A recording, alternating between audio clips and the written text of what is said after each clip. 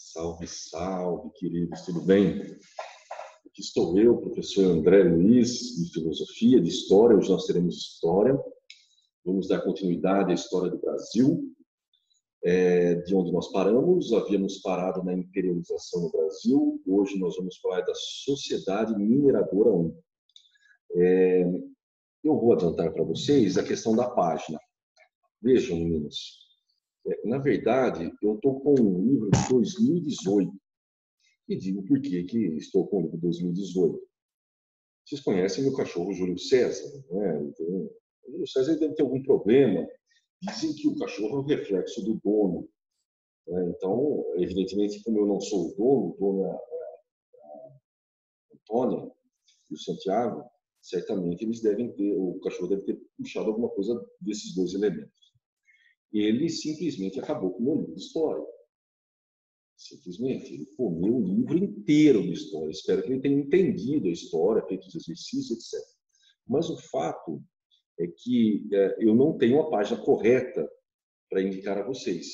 Nós estamos no livro 2, no capítulo 4 de História do Brasil, Sociedade Mineradora 1. Agora, a página vou ficar devendo, ok?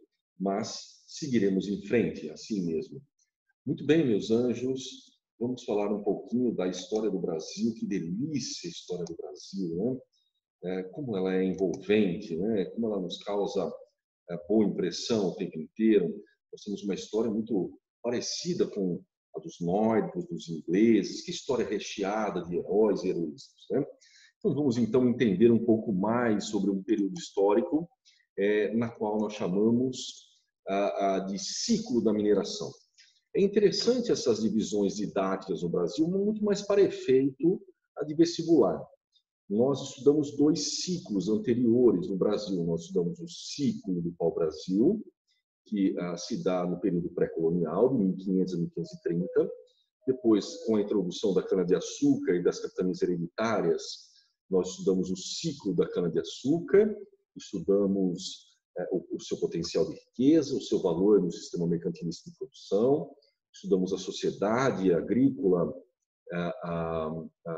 da cana-de-açúcar, estudamos o seu modelo social, estudamos o modelo político adotado pela metrópole Portugal e sucessivamente. A partir de 1640, com o fim da União Ibérica, nós tivemos uma série de mudanças, não substanciais. É evidente que a cana-de-açúcar ainda faz parte desse universo de produção econômica da colônia, mas nós teremos uma diversidade na produção econômica e uma diversidade social muito mais ampla a partir daquilo que nós chamamos de interiorização no Brasil. Vamos, então, destacar ou retomar os principais fatores da interiorização no Brasil.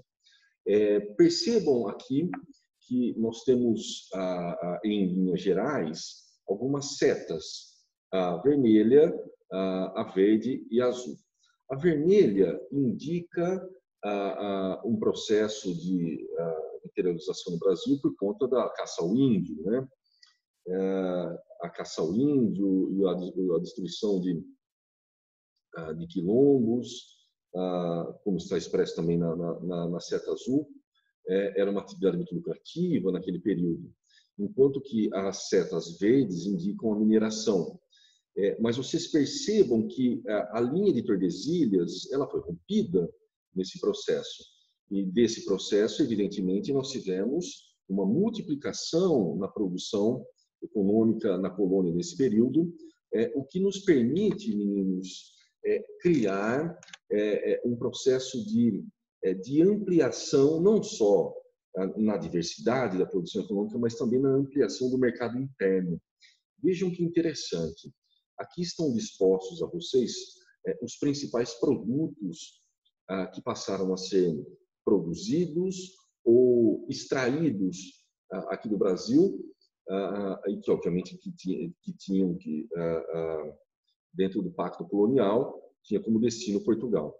Vejam, o algodão, se vocês forem notar, ele está presente em áreas do sertão nordestino, aqui no Maranhão. A cana-de-açúcar continua muito forte no Nordeste brasileiro, em algumas regiões aqui da do Rio de Janeiro, do Espírito Santo, a mineração que passa a ocupar um espaço significativo na região sudeste e centro-oeste do Brasil, o pau-brasil, que ainda resiste bravamente aos desmatamentos inconciliáveis feitos tanto por portugueses e outras nações que aqui vieram, a pecuária, que olha que interessante a pecuária, meninos, ela se desloca. Nós falamos muito sobre isso na aula passada. Num primeiro momento, ela se dá aqui no Rio São Francisco, que é o chamado Rio dos Currais, mas percebam que ela vai se expandindo de acordo com a expansão econômica dada no interior do Brasil. E ela se faz muito influente em regiões como o Sudeste, o Centro-Oeste e também o Sul do país. A pecuária é a nossa moeda, a moeda de giro que havia internamente no Brasil. Se nós podemos falar de uma economia interna, nós temos que falar sobre a pecuária, sem dúvida alguma. Era ela que interligava as regiões brasileiras e ela era quem dinamizava a economia interna do país. E, por fim, as drogas do sertão. Todos os tipos de drogas do sertão que nós conhecemos hoje, cascas, raízes, o palmito, depois nós veremos a borracha, etc. e tal, fazem parte desse universo que nós chamamos de droga do sertão. E a erva mate, cultivada aqui na região do Paraná e de Santa Catarina. Mas o fato, meninos, é que a partir de 1640, 42, exatamente quando há a expulsão dos holandeses do Brasil, a cana-de-açúcar ela perde grande parte do seu fluxo de capital. Certamente os holandeses, quando saem de Pernambuco, migram para o Maranhão e depois são expulsos definitivamente do Brasil, é óbvio que quem financiava grande parte do açúcar brasileiro eram os holandeses. E nós teremos um declínio considerável do açúcar, mas considerável. Vejam que interessante. Isso obriga grupos de portugueses, sejam ligados à iniciativa privada, sejam ligados ao Estado, a interiorizar-se, ou seja, buscar no interior do Brasil algum tipo de riqueza. Nós já citamos na aula passada, pode ser o apresamento de índios, pode ser a mineração, pode ser até até animais exóticos que eram vendidos, às vezes, em grande valor para o exterior, e assim sucessivamente. Mas o fato é, por conta do declínio do açúcar no Nordeste, nós teremos uma mudança do eixo econômico no Brasil. O Nordeste não será mais a porta de entrada e de saída de grande parte da riqueza da colônia brasileira, e sim o Sudeste e o Centro-Sul do Brasil. Podemos chamar de Centro-Sul do Brasil. Alguns vestibulares chamam de Sudeste, outros chamam de Centro-Sul do Brasil. Lá nós teremos, no final do século XVII e daí por diante, durante o século XVIII, o achamento de metais preciosos, sobretudo o ouro e o diamante nas Minas Gerais. É evidente que isso fará com que grande parte da população do Nordeste, até mesmo de escravos, sejam transferidas do Nordeste brasileiro para a região Centro-Sul, mais exclusivamente nas Minas Gerais, onde estava alocada a grande extração de riquezas do Brasil nesse momento histórico. Muito bem, continuamos ainda com as consequências da interiorização do Brasil. Eu enumerei alguns deles aqui para vocês. Coloquei como subtítulo Urbanização e Conflitos Internos, vamos chegar até eles. Antes disso, nós temos que falar da mudança da capital brasileira. Por que saiu de Salvador para o Rio de Janeiro? Subimos o mapa um pouquinho. Por que saiu de Salvador e migrou para o Rio de Janeiro?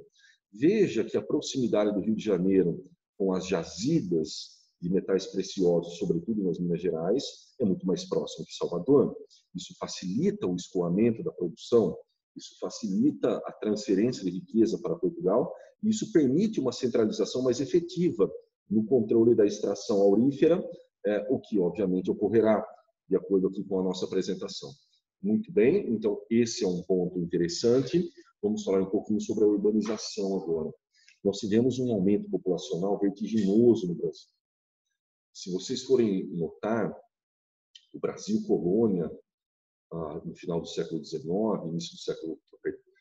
final do século XVII, início do século XVIII, ele começa a receber um fluxo de imigrantes substancioso.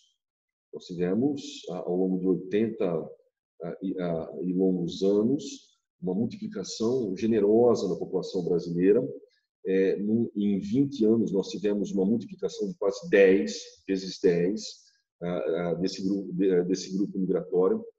Mas o fato, meninos, é que esse grupo que vem para o Brasil, ele vem em busca da riqueza dos metais preciosos e do comércio em torno dos metais preciosos. É evidente que grandes conglomerados que antes eram inéditos no Brasil, já que o Brasil era um país rural, era uma colônia rural, agora nós teremos vilas e cidades surgindo em meio ao progresso que se deu a partir da extração de ouro no Brasil, sobretudo nas Minas Gerais. Então, meus anjos, essa urbanização trouxe à colônia um ar de novidade, um ar de desenvolvimento, um ar de evolução no seu aspecto social. Nós teremos grupos literários se formando, nós teremos escolas se desenvolvendo em algumas áreas, nós teremos uma ampliação da circulação de moeda dentro do Brasil. Então, o Brasil, nesse momento, segundo o historiador Boris Fausto, obviamente que terá sua história recontada. Então, nós temos um modelo de colônia que vai até o final do ciclo do açúcar, e nós temos um novo modelo econômico desenvolvimentista, obviamente ligado a uma região específica, a região centro-sul do Brasil, onde vilas e cidades e a urbanização e a complexidade dessa urbanização são dadas a partir desse processo. Muito bem? Nós tivemos também alguns conflitos internos por conta da interiorização do Brasil e do achamento do ouro nas Minas Gerais. Nós tivemos a Guerra dos Emboabas e a revolta de Filipe dos Santos. Eu vou falar brevemente de ambas, porque nós vamos falar nas revoltas coloniais novamente sobre elas, em detalhe, com mais pompas e circunstâncias. Tá? Muito bem. A Guerra dos Emboabas foi um conflito entre paulistas. Os emboabas, eles eram os chamados forasteiros, que chegaram em áreas onde os paulistas dominavam a extração do ouro, e esses forasteiros começam a entrar em conflito com os paulistas naquela ocasião. Muitos conflitos se darão, não só no âmbito local, com armas, mas também conflitos com a corte de interesse dos paulistas, que se referiam ao interesse dos paulistas, também serão dados a partir desse momento, e do confronto entre paulistas e forasteiros ou emboabas. Os forasteiros levam a melhor e ficam com o controle das jazidas de minério das Minas Gerais. Os paulistas ganham uma outra área para exploração, que é a área de Goiás e Mato Grosso, que, obviamente, lhes trará, posteriormente, boas divisas, até porque serão encontrados tipos de diamantes que também tinham um valor comercial considerável. Já a revolta de Filipe dos Santos está diretamente ligada à ampliação do Pacto Colonial, ou o arroxo do Pacto Colonial. Significa o quê, meninos? A partir de 1702, Portugal vai criar o que nós chamamos de Intendência de Minas. Vai separar Minas Gerais de São Paulo. Essa separação vai criar uma intendência, uma área sob supervisão dos portugueses. Essa área sob supervisão dos portugueses, ela terá uma espécie de governo local, dada a sua importância econômica, dada a sua importância nas relações mercantis entre Brasil e Portugal, e é evidente que os impostos eles serão cobrados com muito mais entusiasmo pelos portugueses. E esses impostos, cada vez que eram ampliados, ou as condições de trabalho, cada vez que eram que tornavam os portugueses privilegiados da extração do ouro, acabavam gerando conflitos internos. E um desses conflitos foi a revolta de Filipe dos Santos. Excepcionalmente, a revolta de Filipe dos Santos começa com a criação das casas de fundição. O que era uma casa de fundição? Todos nós sabemos que em metalurgia, a fundição é quando se derrete o metal. Antes da colocação das casas de fundição nas Minas Gerais, o ouro ele era comercializado em pó ou em pepita, em pequenos pedaços. E, obviamente, que no Brasil sempre houve um jeitinho, né? Escondia-se mais da corte do que se pagava como imposto. Então, o que a corte portuguesa decidiu? Decidiu criar locais próximos às jazidas de ouro, onde o ouro era derretido e transformado em barra. Essa barra era cortado 1/5 dessa barra, e esse 1/5 dessa barra iria para a corte como pagamento dos impostos. É evidente que os mineradores não gostaram nada dessa situação, entraram em conflito com a intendência local, houve divergências e perseguições bastante alocadas e, no final, a revolta de Filipe dos Santos foi sufocada. Nós vamos retomar esse debate, tá, amigos? Como eu disse a vocês, era de interesse de Portugal lucrar o máximo possível com a colônia. O máximo possível. O mercantilismo exigia uma transferência de riquezas significativa para o reino português, acompanhando os gastos não só do reino português, mas também dos interesses da manutenção da corte portuguesa em dominar outras áreas além do Brasil. Muito bem. Esses impostos, eu classifiquei eles aqui numa ordem do simples para o mais complexo. Então, depois da criação das casas de fundição, nós tivemos o imposto chamado de captação. Esse imposto chamado de captação, o governo aplicava um imposto de acordo com o número de escravos que tinha um extrator de ouro. Era interessante notar que, às vezes, um escravo não se pagava, às vezes o escravo se pagava.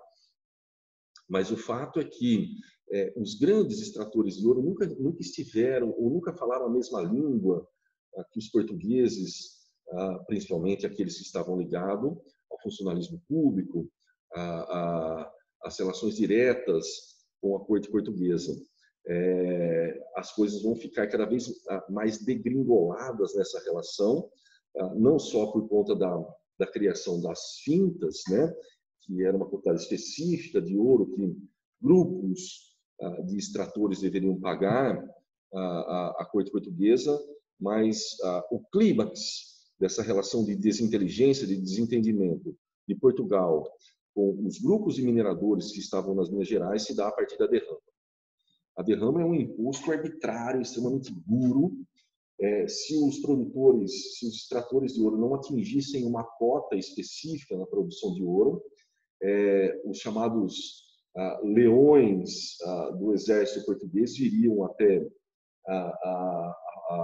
o local de extração e usurpariam de riquezas que esse extrator possuía. Poderia ser a casa da pessoa, poderia ser bens preciosos, poderia ser escravos. E é óbvio que esse foi um momento de grande tensão entre a corte portuguesa e os homens abastados das Minas Gerais. Nós chegaremos a um ponto que, dentro das Minas Gerais, se produzirá uma inconfidência, uma tentativa de emancipação política de Portugal, que foi justamente a Inconfidência Mineira de 1789.